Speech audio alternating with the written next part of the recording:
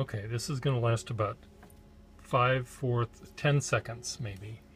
I have this contraption here, this topaz magnifying thing, which allows me to take a piece of paper like that, put it under here, and it zooms in to see really, really close. And I thought, this is going to be perfect, I said to myself, perfect for fixing pen nibs.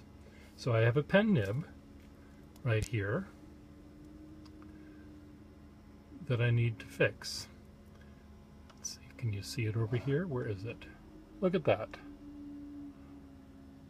And I thought, you know, if I can do it without having to wear a loop, this might work better for me. Now, one of the balls, you can see it from there, is sticking straight up. Well, not quite straight up, but it's sticking up. The other one is where it's supposed to be. So I finally found my pliers, my nib pliers, which is here. So cute! And where is it in the magnifying thing? There it is. It's big, huge. It's no longer cute, it's gargantuan. So what I'm going to do, I'm going to try to, if I can, tape my camera tripod-y thing down so you can watch me with this repair. Don't go away.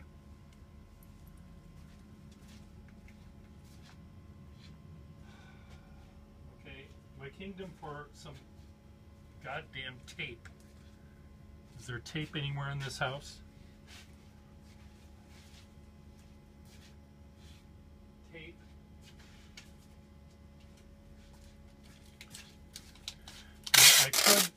I could spend a few dollars and buy an official iPad, iPhone holder upper with a clamp thing, but that's not as much fun as jury rigging something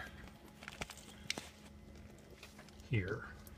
So let's just, I'm going to ignore you, meaning the camera. I'm going to ignore the camera. Whether it's in focus or not, I really don't care at this point. I'm gonna see how this works.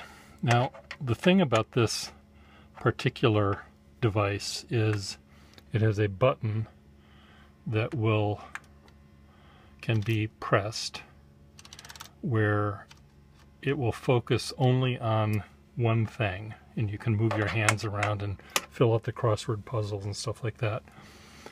Here, and I don't have to figure out which is the right way to set it. Here I think it will allow me, you know,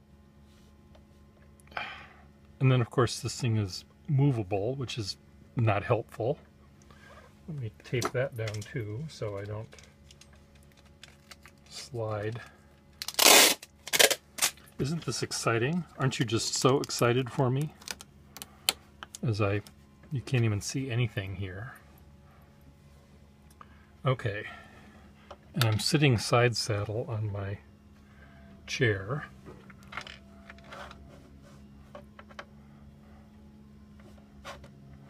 Okay, get in focus.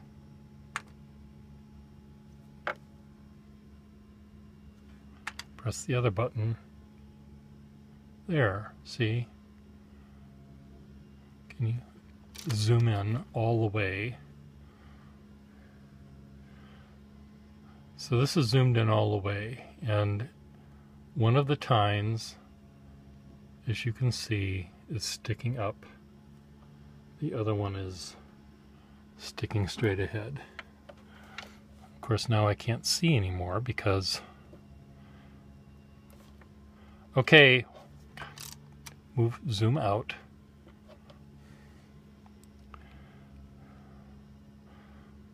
I have a sense to see, there we go. There we go.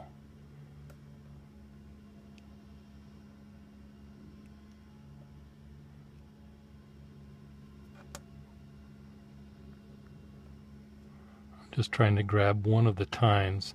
What I'm doing here is I'm not looking at the screen. I'm looking at with my bad eyes, I'm looking directly at this pen. You're seeing the operation. I'm closing my eyes to it. What I'm trying to do is just get this one tine. Is this any better? No, look at it, it's sticking still straight up.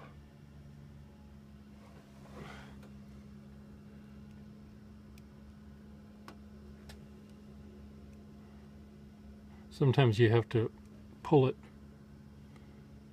You have to sort of get the pliers under the one tine.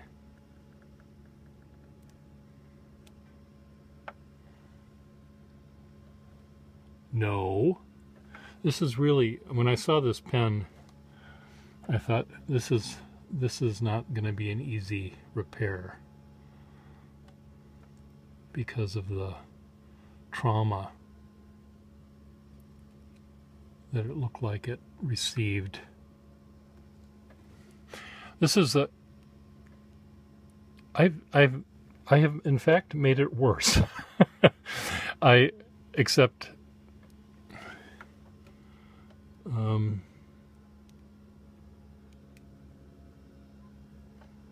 I'm able to get to the problem part. The bend I added is not as bad as the bend. Okay, I'm going to just use, whether I'm in focus or not, I don't know. I'm just going to use my normal method of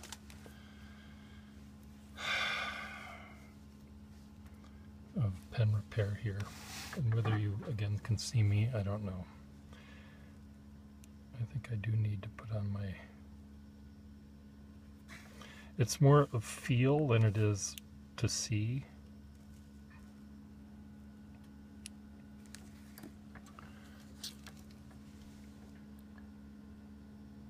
This is really, really tough. It's like there's a big ball of iridium, and it's right where it's like I have to move the ball rather than the gold part of the nib. And it's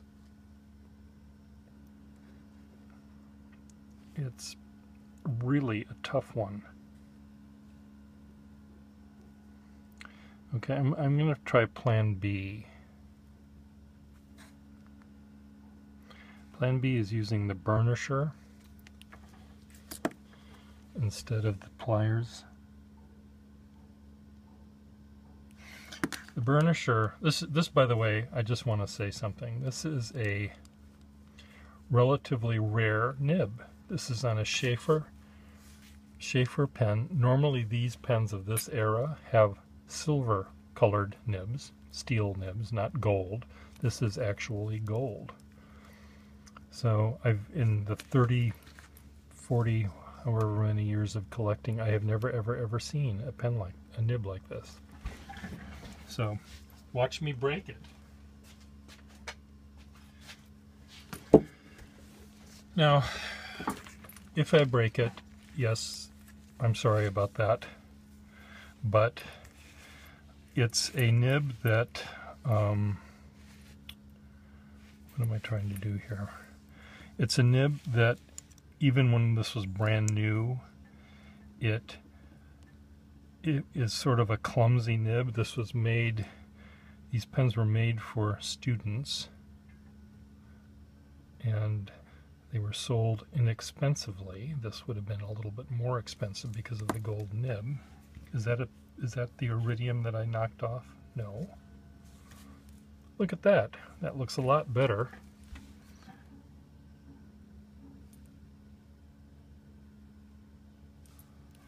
Come on, Pierre.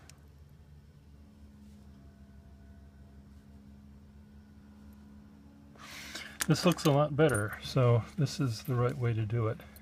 What I'm doing is I'm taking this burnisher and I'm pushing up from below the iridium to flatten out that little tiny bit.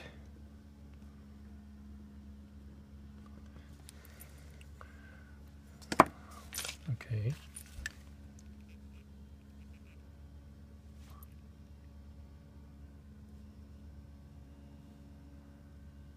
It's really weird, the damage that this pen received.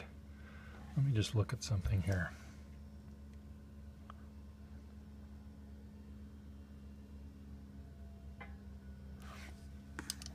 It almost looks like one of these Fuda nibs that people seem to like.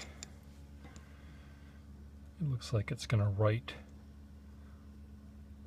really funny.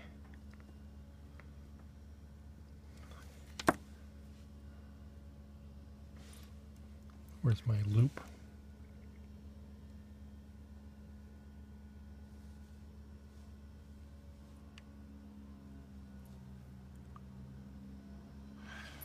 Now, see, it still needs to be straightened here.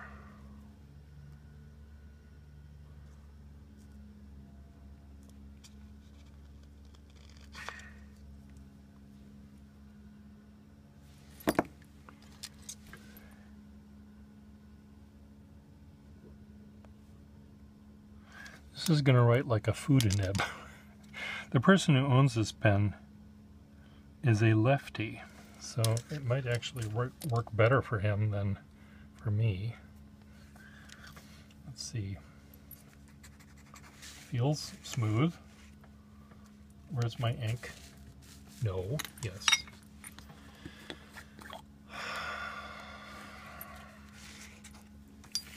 Well, it can write, which is more than it could do before. Somewhat flexible. Now, there's a point at which I, as a nib meister or pen repairman, might say, I really don't want to go any further. There's a possibility it could be made better by me. There's a possibility it could be made better by someone else. But there's a possibility that it can break by me or someone else. But I'm willing to take that chance. I'm willing to try to make it better, because it's really, it just looks unpleasant. It looks worse than it writes. But I want it to look good, because it just really looks bad.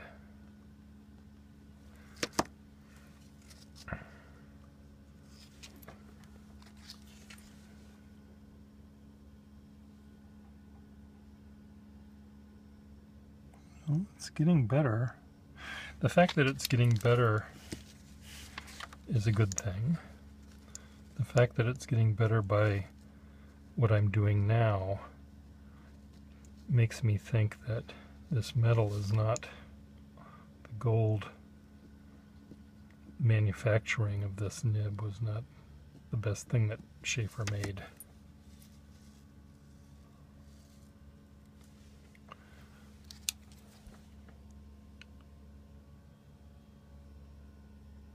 Now, see, it's still... The iridium balls are more or less together, but they do it independently of one another. So it might skip. It's like one takes the high road and one takes the low road, and they both meet in Scotland at the same time, but they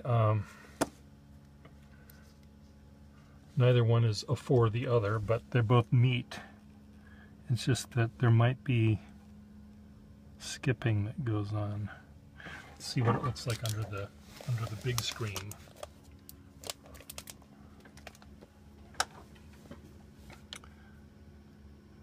Okay, there it is. Oops, there it is. See, they're together. But this one has an upturn, and the other one has a straightaway. So there's that little upturn, even though the ball at the end seems to meet, and it will make a line, and it will presumably deliver the ink. but it will do so awkwardly. So let me just see if I can.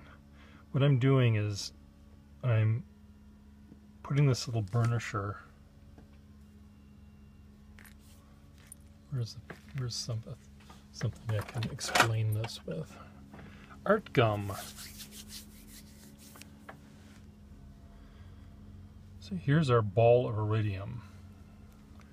Let's just take our nib saw. There's our two balls of iridium. And they do meet, but one sort of meets slightly at a different angle. So it's the slit between the two. One is coming down from the top and one is going straight across. So even though the ends meet nicely and it's more or less smooth, it's this part right here, that last little bit right there that is bent. And that's the part that the pliers couldn't really do the work because they'd have to grab onto the actual iridium. And iridium is very, what's the word? It's brittle, but it's strong, if that makes any sense. It does not wear down, but it is brittle. So it could easily, and the weld that attaches it to the nib, who knows what that, where's my loop? Who knows what that was done like.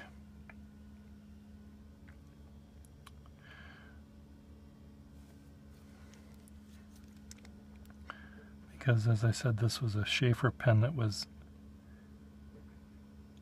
marketed inexpensively to students in the 50s. It's a Sheaffer fine line product.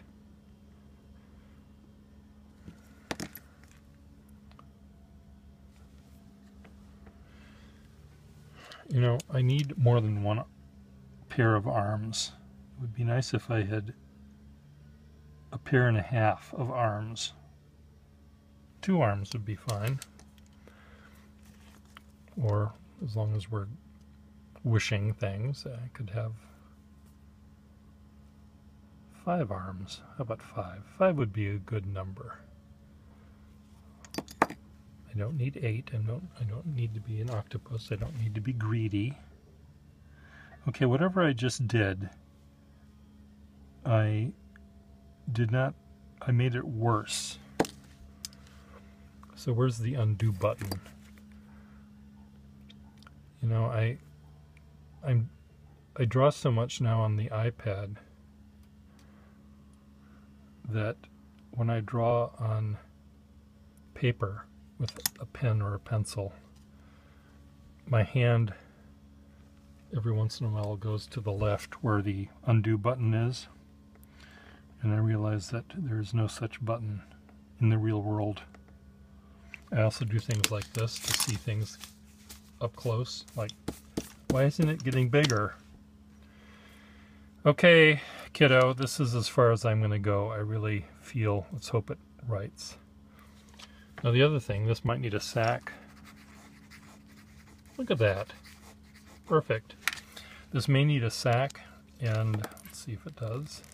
These things were often glued in to the barrel because these were pens that Sheaffer made for the masses, and the last thing they wanted to do is sell a pen for $4 or whatever these cost and then have to fix it when someone drops it on the nib. So this might be glued into that. I will soak it and see if I can loosen it, and if not, I'll apply heat and more pressure and hopefully it'll come apart. If it does end up not working, I have another barrel that I can put on. So there we go. It was a success. I would call that a success. Okay, does it look perfect? No. It has a little tiny fencing scar. You know, the Germans are so weird. The Germans used to think that in order for a man to be considered handsome, he needed to have a fencing scar on his face. Like, okay. I was about to say something that someone might consider to be racist or something, but Germans, what's wrong with you? Why do you think you have to have a fencing scar? On that note, see you later.